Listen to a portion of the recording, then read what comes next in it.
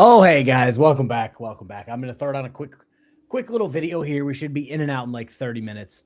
So I got to throw you guys over to Legal Fiction. Legal Fiction, or Stu's body cam goes live in 27 minutes at this point. I was a few minutes late, running around like a chicken with my head cut off. So we're going to get into one specific theory real quick. And I don't want to say it's a normal one, but it's a normal one. Not gonna get too crazy. Yeah, D-Man. One day, I just have this sneaking suspicion that once the older kids leave the house, I'm still going to have the younger kids, and then the older kids are going to make me a youngish grandparent, and I'm never going to get rid of children in my house. So it's going to be a whole thing. But I wanted to talk about the, the R plus L equals J nonsense. I found this video literally this morning and was just like, oh, this would be a fun video for everybody. Milk and cookies. Yeah, I don't have any milk and or cookies. I've got tea because apparently my new thing is unsweet tea. Apparently that's my new jam. Yeah, Dove, you don't want to be a filthy, dirty vert. You don't want to be a vert. You want to come over here to the regular thing. Dirty fucking verts. Thankfully, though, I don't think this channel produces very many dirty verts. So let me bring this up. I've had it backstage already because at least I pre-planned that. All right, like I said, we're going to watch maybe half the video. I think we're going to watch like half the video. I want it this way. I want it this way. There we go. Yeah, we're going to watch half the video, and then we're going to get out of here and enjoy our Friday. Okay, here we go. Also, I have a video coming out on this page at like 3 o'clock that I did last night. So, yeah. Video on this channel, we're going to focus on one subject at a time. This video, for example, is not getting any volume. Some volume would be nice to have, allegedly.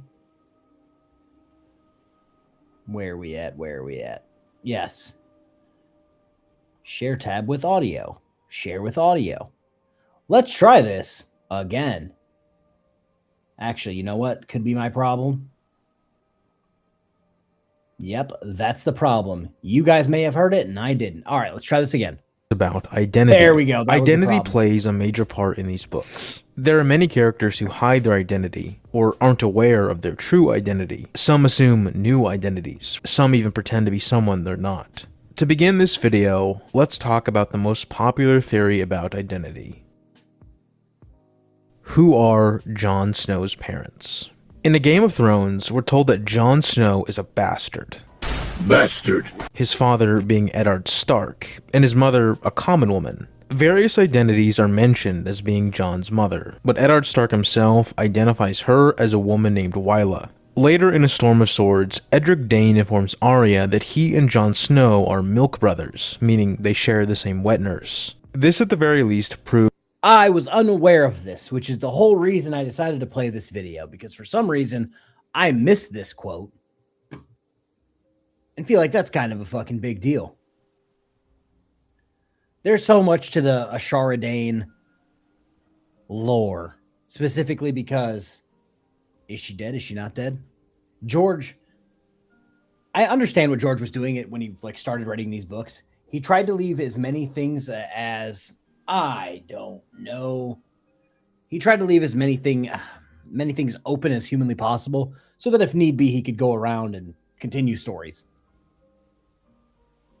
But yeah, the Ashara Dayne story is kind of crazy because she jumped from a high place and they never found her body.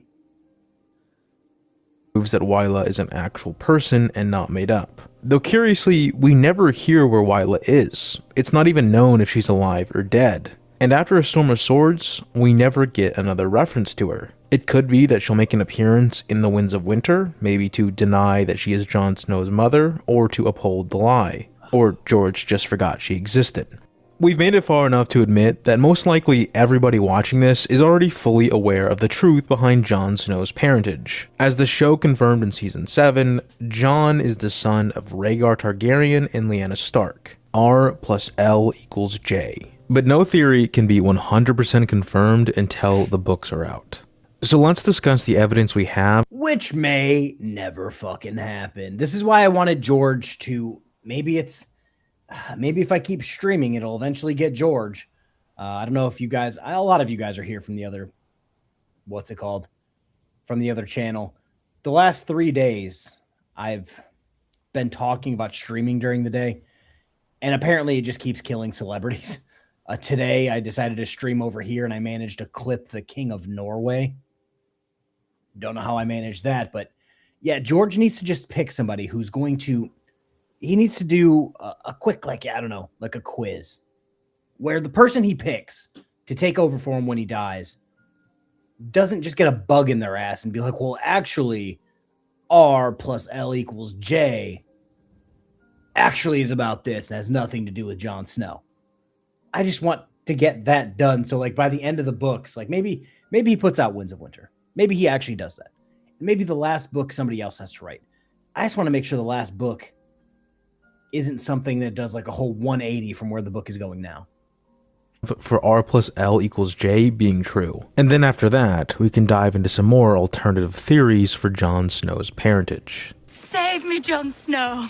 The R plus L equals J theory begins at the tourney at Harrenhal. It's there that Rhaegar wins a jousting match against Barristan Selmy. And in a shocking act of disrespect for his wife Elia Martell, and also an act of utter political foolishness, he gives a laurel of blue winter roses to Lyanna Stark, a woman who was not only not his wife, but was also betrothed to one Robert Baratheon. Things only got worse from there. As the story goes, that Oh no.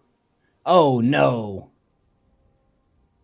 next year, Rhaegar kidnapped Lyanna Stark and whisked her away, a decision which led to war. Brandon and Rickard Stark would both die in King's Landing after demanding that Lyanna be returned to them. King Aerys also demands the death of Eddard Stark and Robert Baratheon, but they, along with Jon Arryn, rise up in revolt, in what comes to be known as Robert's Rebellion. The whole time during this war, Lyanna is nowhere to be seen. It's not until Rhaegar and Aerys are dead does Eddard finally find Lyanna Stark at the Tower of Joy. After a bloody fight with 3 members of the Kingsguard, in which only Ned and Howland survive of their original party of 7, Ned finds Lyanna inside the tower, dying. The text strongly implies this is because of complications from pregnancy. Right before her death, Lyanna begs Ned to promise her something. That promise is a mystery to us, at least in the books. In the show, we know that she's begging him to protect her son. When Ned returns to Winterfell after the war, he has a baby boy with him, a bastard named Jon Snow. There is little doubt that Jon has Stark blood in him. He's said to have a very Stark-like face. Let's just help ourselves out. Maybe. Maybe we're going to help ourselves out, or we just accidentally nuked the entire stream. Stop sharing. And of course, the moment I hit stop sharing, guess what pops back up? The video! There you go. And more specifically, he's said to look like Arya, who herself is said to look very much like Lyanna. The timeline and looks point to Lyanna and Rhaegar. There's also heavy symbolism with Lyanna and blue roses. Lyanna receives blue roses from Rhaegar at Harrenhal, and in the Game of Thrones, Ned Stark has 2 separate dreams about them. One is about Lyanna in the crypts with a garland of blue. Nah, I'm trying to do something behind the scenes here, and it's nuking my computer currently. But I think I got it figured out. Roses. And the second dream is of a storm of rose petals blowing across a blood-streaked sky, as Lyanna calls Ned's name. With this connection between Lyanna and blue roses established, now recall that during Dany's time at the House of the Undying, she has a vision of blue roses growing in a wall of ice, which is almost certainly, as certain as we can be without the Winds of Winter, referring to Jon Snow, to Lyanna's son. I can't trust any dream or thought that she has anywhere because of that stupid fruit tree conspiracy where she thought, oh, I'm in Bravos. There's like a lemon tree outside. I think it was a lemon tree, some kind of citrus fruit. Yeah, I'm in Bravos. There's a lemon tree outside of my window. Only to find out that like Bravos is across from the north. So there's no citrus trees like that. So she couldn't have been in Bravos with that tree at all. So I don't believe her. She's a liar. Son at the wall. Having another Targaryen in the world will complicate matters greatly, especially one that has a claim to the throne, if you believe that Rhaegar annulled his marriage to Elia before marrying Lyanna, that is. Now that was part of the show, but it never quite worked. Why would a bunch of lords and ladies ever believe that some guy is actually the secret son of a long-dead prince? Well, the show never really figured that out. It's quite a conundrum, but maybe Jon will, just like the show, not be terribly interested in the throne. I don't want it. If it's not R+, I don't want it. I don't want it. Kirsty Angel, how you doing? How you doing? Good evening. Good evening. It is a whopping 1:43 here where I am. But yeah, is she a liar or just dumb? That is a good question. That is a great question. I'm just going to touch on this. Howland Reed is still alive in some capacity from what I've seen, because that's fantasy writing 101. Yes, 1000%. A long lost son and or daughter has come back to claim the throne. Everyone thought they were dead, but now they're back. Yeah, that's fantasy writing 101. But Howland Reed still exists. Ashara Dane is more than likely dead, but it theoretically could still exist. Any of these people could come out of the woodwork and just be like, actually, funny story. Like Howland Reed just like walk up one day and be like, oh, take my hood off. I'm Howland Reed. I was there. Yeah, that's definitely the son of Rhaegar Targaryen. Like, oh, shit. But I doubt that's going to happen. Cell equals J. Some fans have put forward N plus A equals J. This refers to Ned Stark plus Ashara Dane equals Jon Snow. We hear whispers that Ashara Dane and Ned Stark fell in love during the tourney at Harrenhal. Characters in the books do mention Ashara as a possible candidate for Jon's mother. Catelyn even confronted Ned one point about Ashara, but he wouldn't confirm or deny anything. Cersei also brings it up during a conversation with Ned. And just for the 14 people here, the 14 good people here watching this stream, and the one dirty vert, I see you over there. Ned and Catelyn weren't supposed to get married. Catelyn was supposed to marry Ned's brother. Ned's brother died. So, like, in the grand scheme, the tourney at Harrenhal, Ned could have been just sitting there like,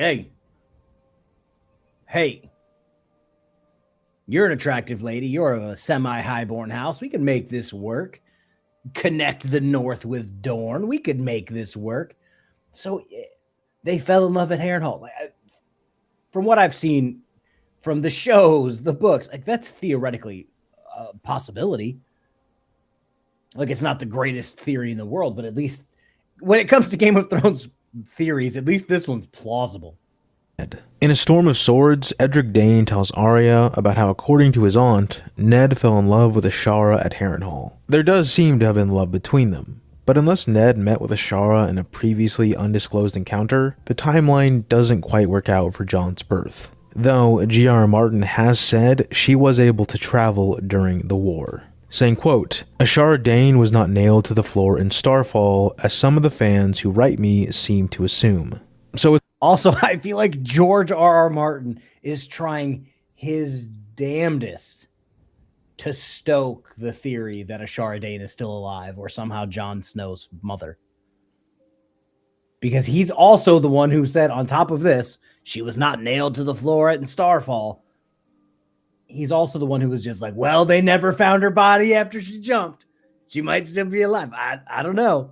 It's like he's doing his best to stoke the fire of Ashara Dane conspiracies. But in the grand scheme, he's probably just wanting other people to make videos and fan theories so that he doesn't have to write any more books.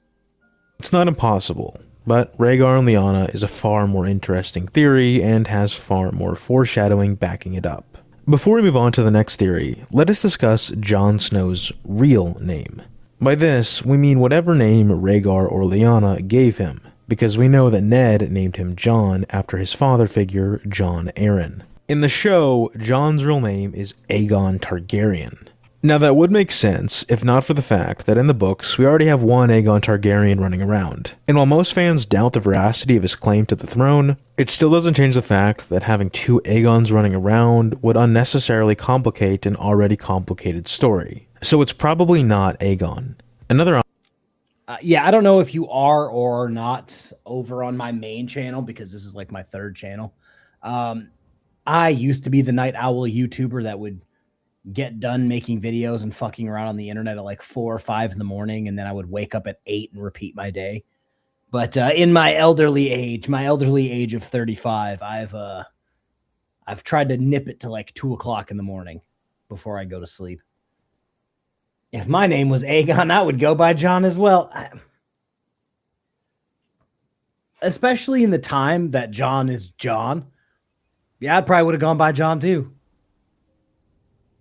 I think J.R.R. Martin should just AI to rough out the last books and then rewrite it, and it may make it possible for him to finish.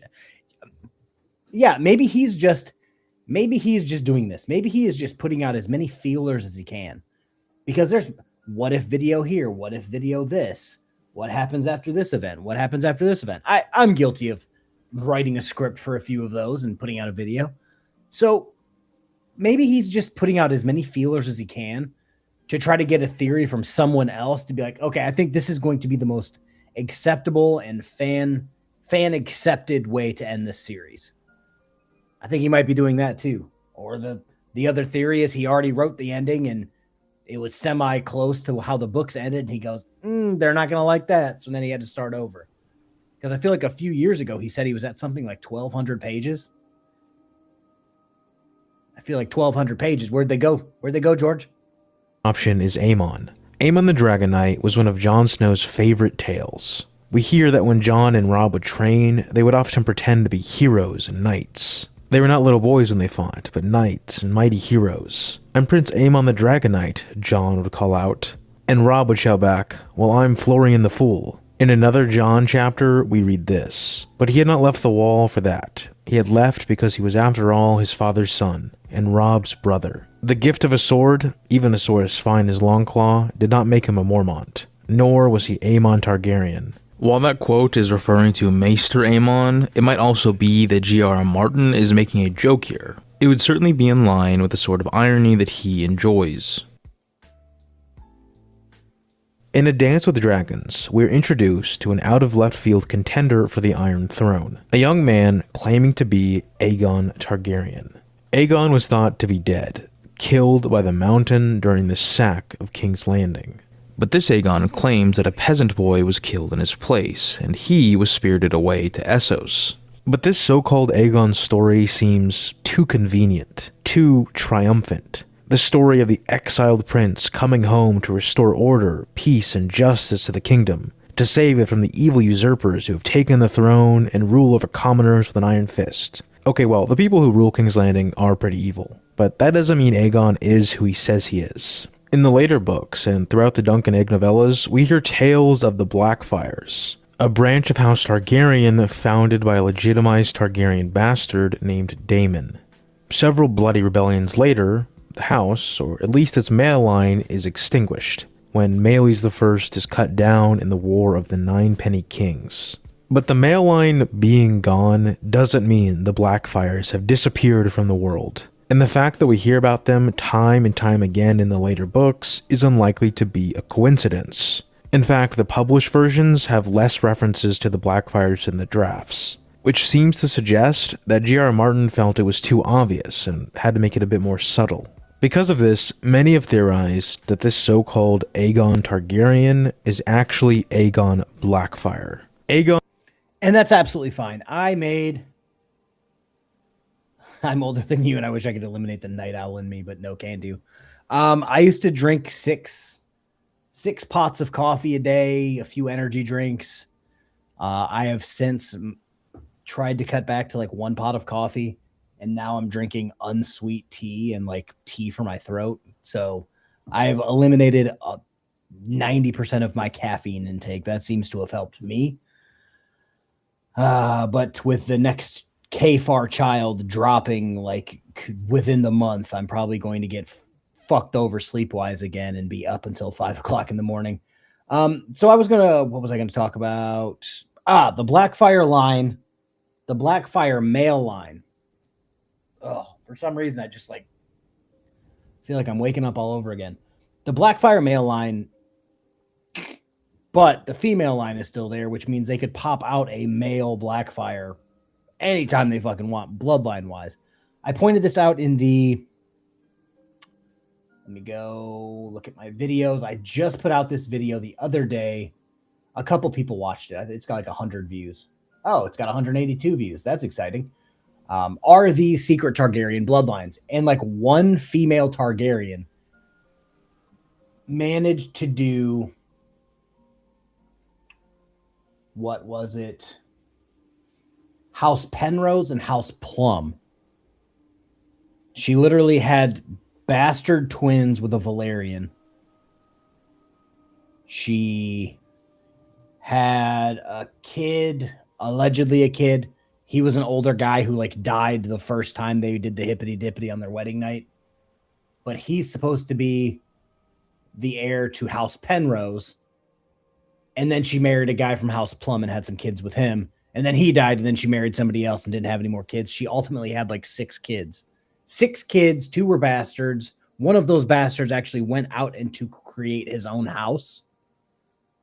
So it's like all it takes is one person with Targaryen blood to basically just spread it everywhere, if that makes sense. So she essentially created a new house, the heirs to 2 other houses, and then married into a different house. So it's just like, yeah, if they had a female Blackfire that popped out another male Blackfire, by the traditions of, everywhere, they may be the next in line for the whole Blackfire being in charge, yada, yada. So like, that's not the craziest thing. Sorry, I got super off track here, but yeah, I made that video and it only took one fucking female Targaryen to make all these other Targaryens, basically. Aegon has the look of a Targaryen. He has the purple eyes and presumably the silver hair. He does keep his hair dyed blue, so we can't know his original hair color. But why would he hide it unless it was the signature Targaryen silver? So at the very least, there does seem to be some Targaryen blood running through him. Aegon tells Tyrion Lannister that the imposter infant who died in his place was a tanner's son born at Pisswater Bend, and the real Aegon was smuggled across the Narrow Sea, where he was given first to Illyrio Mopatis and then later Jon Connington. Just like many readers though, Tyrion is skeptical. So many fans feel that Aegon is a Blackfire. But is there any actual evidence behind these claims? Or is Aegon really who he says he is? Let's first examine it from the angle of Aegon genuinely being a Targaryen. It does seem unlikely, but there is some evidence. During the sack of King's Landing, when the 2 corpses... I don't think... How to correctly say this without being mean. I don't think there's evidence that he is Aegon Targaryen. I think there's just not enough evidence to say the real Aegon Targaryen actually died. I think that's the problem. There's evidence... there's the lack of evidence that's proving he may be Aegon Targaryen. Of Rhaegar's children are unwrapped from a cloak. Princess Rhaenys is confirmed dead, but the boy is unrecognizable. Kevin Lannister says the boy was a faceless horror of bone and brain and gore. A few hanks of fair hair. None of us looked long. Tywin said that it was Prince Aegon, and we took him at his word. Further evidence is added to this by G.R.R. Martin's response to this fan question. I was wondering if you could answer, or take the fifth. One teeny little question I've been dying to ask for the past year. Are Aegon and Rhaenys, Ellia's children, well and truly dead? To this, G.R.R. Martin would respond, all I have to say is that there's absolutely no doubt that little Princess Rhaenys was dragged from beneath her father's bed and slain. Lastly, during Varys' conversation... So again... George R. R. Martin is basically setting everyone up to think these conspiracy theories. So basically he was asked point blank, hey, are his kids really dead? And he went, well, one of them are. And it's just like, George, what am I supposed to do with that information? Is the other one alive or nah? Like, just out with it. With Kevin Lannister before he kills him. Varys discusses Aegon with him and presents him as the legitimate heir. Doubt, division, and mistrust will eat the very ground beneath your boy king, whilst Aegon raises his banner above Storm's End and the lords of the realm gather round him. Aegon? For a moment, he did not understand. Then he remembered. A babe swaddled in a crimson cloak, the cloth stained with his blood and brains. Dead. He's dead. No. The eunuch's voice seemed deeper. He is here. Aegon has been shaped for rule since before he could walk. He has been trained in arms, as befits a knight to be. But that was not the end of his education. He reads and writes. He speaks several tongues. He has studied history and law. A Septa has instructed him in the mysteries of the faith since he was old enough to understand them. He has lived with fisherfolk, worked with his hands, swum in rivers and mended nets, and learned to wash his own clothes at need. He can fish and cook, bind up a wound. He knows what it is like to be hungry, to be hunted, to be afraid. Tommen has been taught that kingship is his right. Aegon knows that kingship is his duty, that a king must put his people first, and live and rule for them. It's odd that Varys would say all this to a man he kills only moments later. You would think that if Aegon is fake, Varys would just tell the truth. Though it should be said that Varys never technically calls him a Targaryen. He only refers to him by his first name, which may... Also, it's totally plausible that somebody would tell somebody the whole plan and then kill them. That's like typical bad guy 101. Right at the end, when you think you're going to get over on somebody, you reveal the whole story. You reveal the whole plan. So in the grand scheme, like, well, that's weird that he would do that and then kill him moments later. No, that makes perfect sense. Any bad guy in any story, that's their go-to move. Sometimes it works and they get over on it, and then other times the hero finds a way to wiggle out of the situation, then goes, oh, idiot, you just told me the whole plan. Maybe an out by George to not confirm or deny his identity. Also, there's the sort of flawed logic of the baby swap. Would Lannister soldiers really not have noticed? The Mountain is a brutal beast to be sure, so maybe he didn't care, but you would think that at least one soldier would have noticed the distinct lack of purple eyes with baby Aegon. And I think if the Mountain kicked open a door with the intent on killing everybody in the room, and the baby was crying, he probably would have just grabbed the baby by the legs, whacked him up against the wall, and never gave it a second thought. So would any Lannisters know that? No, I don't think they would. And there's the question of if Elia Martell would have ever let her son be... Also, if Tywin Lannister and the Mountain both said, yep, that was the baby that we were supposed to get, you would just go, yep, you're right. 1000%. It was right. You're right. Taken by Varys the Spider. Maybe, maybe not. Needless to say, there's a chance that Aegon is genuinely legitimate. Now for evidence for Aegon being a Blackfyre. In A Clash of Kings, during Daenerys' visit to the House of the Undying, she has a vision of a mummer's dragon. A cloth dragon swayed on poles amidst a cheering crowd. And later, the ever-mysterious Quaithe also warns Dany about a mummer's dragon. If Aegon is a Blackfyre, he would fit quite well. You can imagine Aegon taking King's Landing, with the population supporting this happily. Cersei is not a popular ruler after all, and then he indeed would be a mummer's dragon amidst a cheering crowd.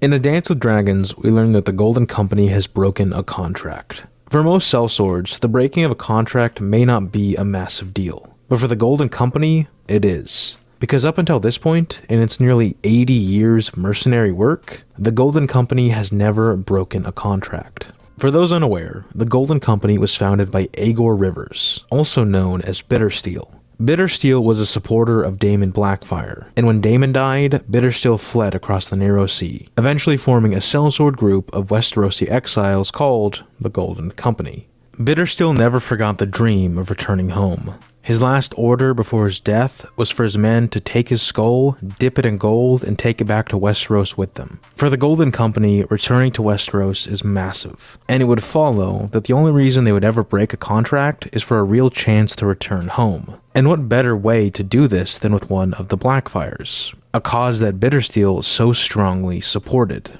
If Aegon is to protect... I did a video. Let me just double check the video. I believe it's the one I'm thinking of. Let me see here. I think it was Drunk History that I did like a month ago. I covered this. I covered the Blackfyre rebellions. Bittersteel was like the man in the background for like 3 or 4 of the rebellions. So like that's what my man's about. My man's about the Blackfyre rebellions. And he's a real Targaryen. One way that he could prove to the masses that he is who he says he is by having the Targaryen sword Blackfyre. Blackfire is a Valyrian steel sword, once wielded by Aegon the Conqueror himself. Aegon the Unworthy, the fourth Aegon, gave it to Daemon, who then named himself Daemon Blackfire. Bittersteel retrieved the sword from Daemon's corpse, and that's the last we hear of it. So it's likely that the Golden Company still has it.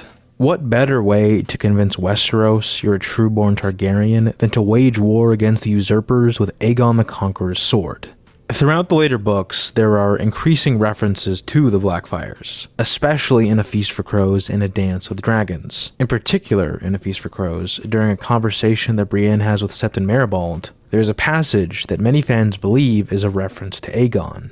When the Smith's son was an old man, a bastard son of the fourth Aegon rose up in rebellion against his true-born brother, and took for his sigil a black dragon. These lands belonged to Lord Darry then, and his lordship was fiercely loyal to the king. The sight of the black iron dragon made him wroth, so he cut down the post, hacked the sign into pieces, and cast them into the river. One of the dragon's heads washed up on the Quiet Isle many years later, though by that time it was red with rust. A black dragon, the symbol of House Targaryen, being eventually revealed as a red one, the symbol of the Blackfires, sure sounds like Aegon being eventually exposed to be a fake. It should also be said, although it's not technically canon as it was never published, that drafts of Tyrion's A Dance with Dragon chapters contained more references to the Blackfires than the published version. This included an entire history lesson about the last Blackfire rebellion, known as the War of the Nine Penny Kings. It seems a bit on the nose that readers would receive a large history lesson about a branch of Targaryens right before he meets Aegon, probably why it was cut from the book. Assuming that Aegon is a Okay, let's go back and talk about this for a second because I was kind of reading it as it was going. Let me see here. Okay, right here at the bottom. In Westeros, Meleys was seen as a monster from across the sea, not a rightful king come home. A risk that Daenerys Targaryen runs as well. It's also because Meleys the monstrous had two fucking heads. I think that's probably like, maybe he wasn't the one. Maybe he was a great fighter, but the fact that he had a big head and a little head on his shoulders, maybe they should have been like, let's not send the actual monster across the narrow sea to be king of Westeros. Like, let's maybe not do that. So in the grand scheme of that comment, like, he was seen as a monster because he had two heads, not because he was a Blackfire. Or he meets Aegon, probably why it was cut from the book. Assuming that Aegon is a Blackfire then, who are his parents? Well, one theory is that Aegon is the child of Illyrio Mopatis and his second wife, Sarah. Sarah did have Valyrian characteristics. Her hair was described as golden streaked with silver, certainly a Targaryen hair color. Her eyes, however, were blue, but we've also been told that some Targaryens have blue eyes. Valar Targaryen, for example, is described as having cool blue eyes. So it seems that Sarah could have Valyrian blood. Now the timeline of this relationship is vague. Rhaegar's son was born sometime in 281 or 282 AC, meaning that young Griff would also have had to have been born around the same time. If his age didn't add up, Jon Con would have likely noticed by now. So that means Illyrio met and later had a son with Sarah around 281 to 282 AC. Assuming that Illyrio is young Griff's father, that is. This would mean that Illyrio was cheating on his first wife with Sarah, as the text seems to imply that Illyrio married his first wife around the time Varys went to serve King Aerys sometime after 278. We know that Sarah is dead, killed by an outbreak of grayscale, though it's unknown what year she died. But because of this tragic death, some have proposed that there is a parallel to the Promise Me Ned scene between Lyanna and Eddard Stark. Here, Sarah made Illyrio promise to give her son the Iron Throne before she passed. Illyrio does seem to still love Sarah. He keeps her portrait and claims... Funny story. So the way monetization works is you got to get to 3,000 watch hours to get the super chats and I believe memberships for 3,000 watch hours, and you get ad revenue at 4,000 watch hours. I woke up this morning expecting to hit go for monetization for the 3,000 watch hours. We are definitely there now. When I woke up, we were at 2,997 watch hours. So I'm pretty sure we've passed that now, and I'm just going to keep on trucking to 4,000 watch hours. Like I said, if I keep streaming, if I keep putting out videos, we should be fine, especially by February. But yeah, we should be there for the first goal of 3,000. We should have been there a few hours ago, but I can't. It updates once a day, and it updates normally for whatever reason on this channel in the mornings. So tomorrow morning, I'll know where we're at. But I foresee this already being way more than 3 watch hours. So yeah, we should be good. We should be good. Seems to have her stone hands in his possession. And I appreciate it. And Illyrio is fucking weird for this last. I keep her hands in my bedchamber. That's fucking weird. And during Tyrion's time at Illyrio's manse, he's given clothes meant for a young boy. Some think these clothes were once Aegon's. This theory would help to explain why Varys and Illyrio are assisting a supposed Targaryen in retaking the Iron Throne. The more materialistic reasons like money don't really make any sense. Illyrio is already obscenely wealthy. In fact, this is something brought up by Tyrion. Varys is, in my opinion, one of the most interesting characters in the entire series because you don't know anything about him. All I know is that he's not a merman. Let's just put that in perspective. I don't think he's a merman. But the fact that, like, where he's from, that some people think he's secretly a Targaryen. Nothing to see here, just some hands in a bedchamber. Yeah, that's weird. And they'd be like stone hands, so it would just be like, are those hands or is that a sculpture? What are we doing over there, Illyrio? But yeah, Varys is one of the theories that I've shown before is that he's a secret Targaryen, and everybody's like, no. But then if you look back, like, well, he could be a Targaryen bastard for sure, or have Targaryen blood, because there was a, why am I drawing a blank on what his name is? Aerion Brightflame was literally cast out of Westeros for a time to the same island where Varys was born. Now, was he conceived on the island, brought to the island? Who knows? But that's where he was born, on the same like island. So it's like he could be a secret Targaryen this whole time, which would explain why he's working so hard on restoring a Targaryen in some capacity on the Iron Throne. Which is very, very strange. Very strange. In A Dance with Dragons, saying quite succinctly, why would a Magister of Pentos give 3 figs about who wears the crown in Westeros? Regardless of Aegon's identity, whether he's actually Targaryen, a Blackfyre, or simply has some Valyrian blood, things are sure to go wrong in the Winds of Winter, and Westeros will likely be plunged into a second Dance of the Dragons.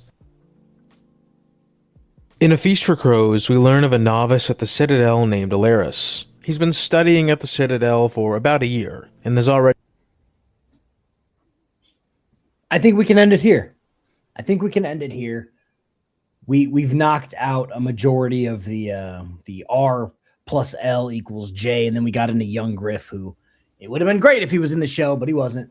But I think that's where we're gonna end here for today. There's fucking like 19 people here at one shot. Like, that was fucking crazy.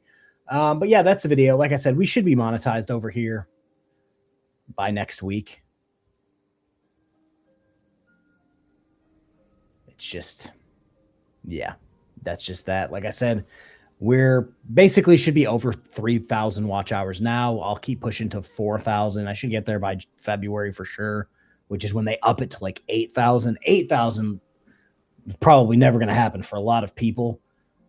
But yeah, that's that. I'm going to kick you guys over to Stu's body cam, and then I might go make a Jeremiah Payne video for the main channel. Also, there's a video coming out on this channel at 3 p.m., I believe, which should be more historically relevant than anything else. But that's the video, or the live stream. That's it. I'll see you guys literally somewhere at some point. I'm going to be pretty much everywhere today, so I'll see you guys when I see you guys. Okay, bye. 71 years is far too short a time to live among such excellent and admirable hobbits. I don't know half of you half as well as I should like, and I like less than half of you half as well as you deserve. I have things to do.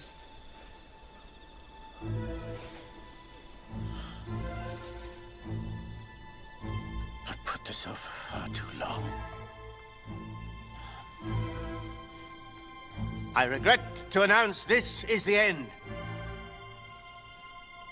I'm going now. I bid you all a very fond farewell.